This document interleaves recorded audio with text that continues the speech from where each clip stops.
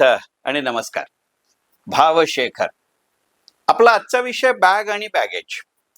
Bag आणि baggage हा विषय जरा एका ललित अंगाने घेण्याचा आज विचार आहे. झालं असं की आपण सगळेच जण वेगवेगळ्या व्हॉट्सअप ग्रुपचे सभासद असतो. काही आपल्या शाळेच्या जीवनातले असतात, काही आपल्या कॉलेजच्या जीवनातले असतात, काही आपल्या व्यावसायिक जीवनातले असतात, काही आपल्या आवडीनिवडीनुसार असतात. अशाच एका ग्रुपवरती मध्ये एका माझ्या मित्रानं मेसेज टाकला की तो इंजिनिअरिंग कॉलेजमधल्या त्यांच्या सगळ्या मित्रांचा असाच एक ग्रुप आहे आणि काहीतरी गप्पांच्या ओघामध्ये त्यातनं एका मित्रानं असं वाक्य म्हणला की I took the bag and I left behind the baggage. आणि त्या गप्पांचा संदर्भ देत जेव्हा त्याचा विषयी एक पोस्ट आमच्या कॉमन ग्रुपवरती माझ्या या मित्रानं टाकली, त्यावेळेला ती पोस्ट तर लक्षात राहिलीच, कारण मित्र आणि ते अनेक दिवसांनी भेटणं हीच एक मोठं आनंदाचं बॅगेज असतं. पण त्याही पेक्षा या वाक्य निरोपातलं किंवा या अभिप्रायातलं किंवा या पोस्ट मधलं हे वाक्य माझ्या फार लक्षात राहिलं की I took my bag and I left but I left behind or left back my baggage. एक खरं सांगतो, या बॅग आणि बॅगेज या शब्दांच्या खेळांमध्ये मी कुठेतरी नकळत अडकलो आणि तोच आजच्या भावशेखरचा विषय आणि म्हणून आपला विषय बॅग आणि बॅगेज. ज्या वेळेला त्या अभिप्रायामध्ये मी हा संदर्भ वाचला त्यावेळेला मला मनामध्ये असं वाटलं की आपल्या आयुष्याचं वर्णन ह्याच शब्दामध्ये करता येईल का, की आपली आपली स्वतःच्या इच्छा आकांक्षांची बॅग आणि त्याच्या बरोबरीने जोडत गेलेलं अनुभवांचं बॅगेज यातनं आपलं आयुष्य बनत असतं का? कारण शेवटी बॅग कुठची हे ओळखता येतं, बॅगेज कुठचं हे ठरवावं लागतं. गोळा करताना आपण सगळ्याच गोष्टी लागतील कधीतरी म्हणून गोळा केलेल्या असतात आणि एका निर्णायक क्षणी एखादी गोष्ट बॅगेज वाटते पण एक गोष्ट बॅग वाटते आणि आधीच्या काळात बॅगेज म्हणून मागे ठेवलेली वस्तू पुढच्या एखाद्या निर्णायक क्षणी बॅग ठरते आणि आत्ताची बॅग बॅगेज ठरते. अशाही अर्थी बॅग आणि बॅगेजकडे बघावं लागतं का? मला मोकळेपणाने वाटतं की हो, हे बॅग आणि बॅगेज ह्याचं खरं सांगायचं म्हणजे गणित आहे. आणि मग जर कुठच्याही पद्धतीमध्ये बॅग आणि बॅगेजचा विचार करायला लागला तर यांचा खेळ म्हणजे साहित्य किंवा सिनेमा असतो का, असंही कुठेतरी मनामध्ये आलं. आणि मग लक्षात आलं की आपण म्हणताना म्हणतो की I have left it back, पण खरं सांगायचं म्हणजे ते लेफ्ट इट बिहाइंड असतं का? ते मागे ठेवलं म्हणून आपण विसरलेलेच असतो असं नाही, आणि आपण विसरलोय म्हणून ते मागे ठेवलेलं असतं असंही नाही. या निकषावर उतरतं ते बॅगेज आणि या निकषावर जे उतरत नाही ते बॅग, असं असतं का? असाही कुठेतरी मनामध्ये आला. आणि मला असं वाटलं की त्या त्या वेळेला जे गरजेचं असतं त्याला आपण बॅग म्हणतो आणि त्या त्या वेळेला आपल्याला जे गरजेचं वाटत नाही त्याला आपण बॅगेज म्हणतो का? असं म्हणत असताना ना, मला एक तटस्थपणाने विचार करत असताना इजाजत सिनेमातला एक प्रसंग आठवला. त्या प्रसंगामध्ये नासिरुद्दीन शाहला रेखा म्हणते की नाही की आदते बदलती है, अधिकार नाही. यात नेमकं बॅग काय आणि बॅगेज काय? तो प्रसंगही बघा किती लक्षात ठेवण्याजोगा आहे. ज्या वेळेला नासिरुद्दीन शाह आणि रेखा एकत्र राहत असतात त्यावेळेपासून नासिरुद्दीन शहाला सिगरेट प्यायची सवय असते आणि त्याला सिगरेट वेळी अवेळी प्यावी लागते हे लक्षात ठेवून स्वतः सिगरेट ओढणारी नसून सुद्धा रेखाच्या पर्समध्ये एक लायटर ठेवलेला असतो असा त्याला संदर्भ आहे. आणि मग नंतर सिनेमाच्या कथानकाच्या ओघामध्ये त्या रात्री ज्या वेळेला रेल्वे स्टेशनवरच्या वेटिंग रूम मध्ये हे दोघच असतात, सवयीनं नासिरुद्दीन मधल्या काळामध्ये ते एकमेकांपासून विभक्त झालेले असतात. नासिरुद्दीन शाह आपली सिगरेट ओठामध्ये ठेवतो आणि तो लायटर शोधायला लागतो. तो लायटर शोधतोय हे लक्षात घेतल्यानंतर रेखा आपल्या पर्समधनं लायटर काढते इतका वर्ष विभक्त राहिल्यानंतर सुद्धा, आणि तो चमकून की रेखाकडे लायटर असेलच असं कुठेतरी डोक्यात ठेवून असेल किंवा नसेलही, नासिरुद्दीन शाह रेखाकडे बघतो आणि रेखा त्याला शांतपणाने म्हणते आदते बदलती है, अधिकार नाही. मग यातलं नेमकं बॅग काय आणि बॅगेज काय असा जर विचार करायचा झाला तर अशीच गंमत जम्मत होते की नाही. पण हे केवळ त्या सिनेमातच असतं अशातला भाग नाही. पण आता ह्या व्हिडिओ करत असताना नासिरुद्दीन शाहचा उल्लेख आला म्हणून परत आठवलं. अगदी अलीकडच्या काळामध्ये मी नेटफ्लिक्सवरती IC814 ही सिरीज पाहत होतो. सध्या ती वेगवेगळ्या कारणांनी गाजतीये. खरं सांगायचं म्हणजे त्यातल्या गोंधळातनं गाजते. आणि मग त्या गोंधळावरती उतारा म्हणून आता नव्यानं त्याच्यामध्ये एक सुरुवातीलाच डिस्क्लेमर ऍड केलाय आणि त्या डिस्क्लेमर मध्ये म्हणलंय की ही त्यांची नावं होती, पण ते प्रत्येक एकमेकांना या टोपण नावानी हाक मारत होते.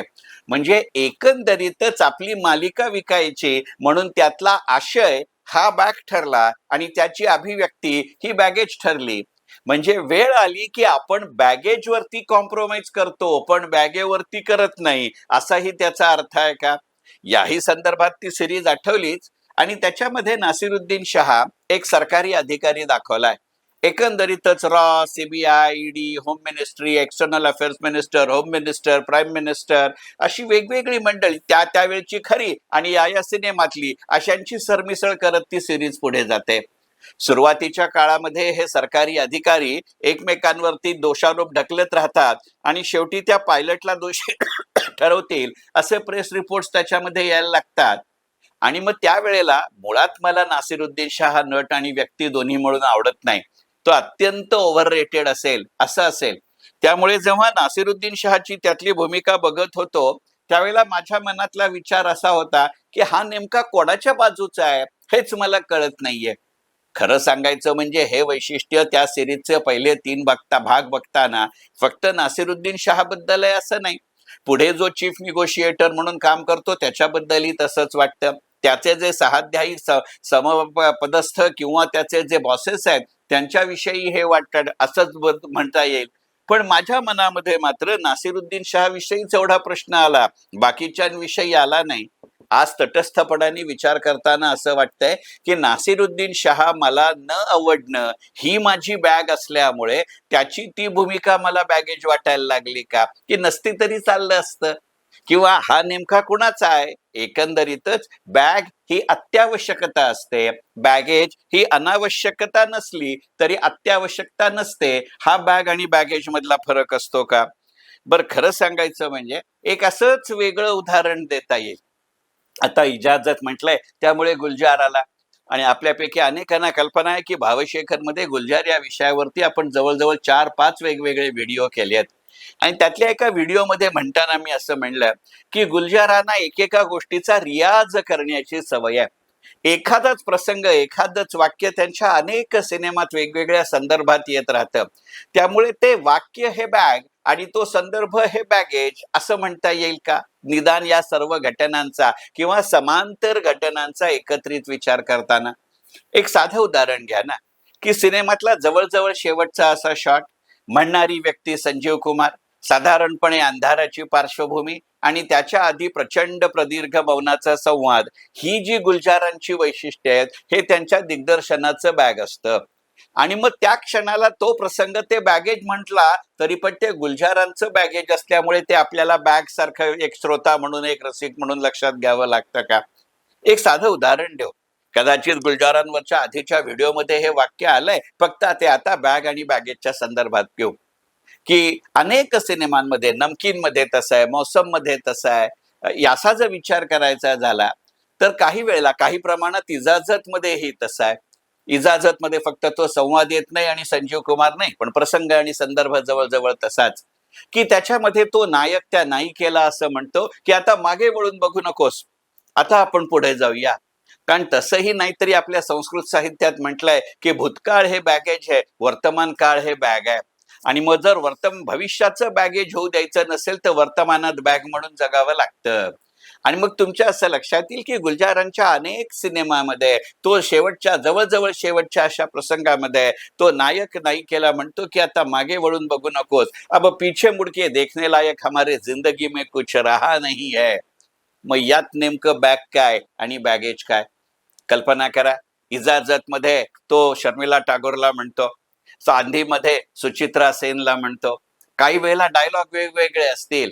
आणि इजाजत मध्ये तुमच्या असं लक्षात येईल तर शेवटचा प्रसंग असा आहे की मधोमध रेखा उभी आहे रेखापासनं लांब असा पाठमोरा नासिरुद्दीन चालत जातोय. त्याच्याकडे रेखा बघते आणि रेखाच्या पाठीमागे त्यावेळेचा तिचा पती शशी कपूर उभा आहे. आणि त्याच्या लक्षात येतं की नासिरुद्दीन शाह हा रेखाचा आधीचा तिनं सोडलेला पती आहे. त्यावेळेला याच्या कुठचाही संदर्भ न देता फक्त तिच्या खांद्यावरती तो हात ठेवतो आणि तिला आपल्या जवळ घेत दुसऱ्या दिशेनं चालायला लागतो. हे दुसऱ्या दिशेनं चालत जाणं हे बॅग असतं आणि नासिरुद्दीन शाह बॅगेज असतो. अशा अर्थाने बॅग आणि बॅगेज बघावं लागतं का? अशा आशयाचे अनेक संदर्भ आपल्याला मराठी साहित्यामध्ये सुद्धा दिसतात.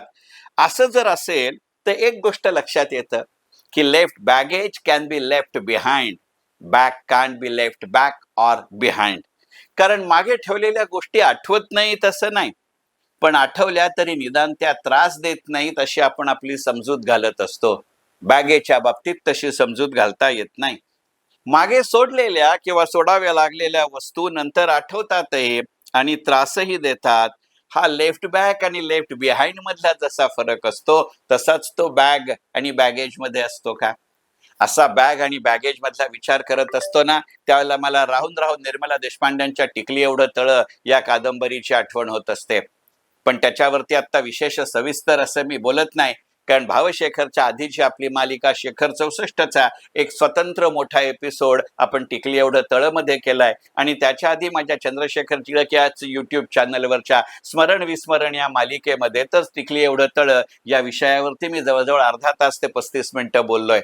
पण त्याच्यामध्ये सुद्धा मनातली माणसं, मनाजवळची माणसं आणि मनाबाहेरची माणसं असा जो संदर्भ येतो, त्यात मनाबाहेरची माणसं हे बॅगेज असतं, मनाजवळची माणसं ही बॅग असते.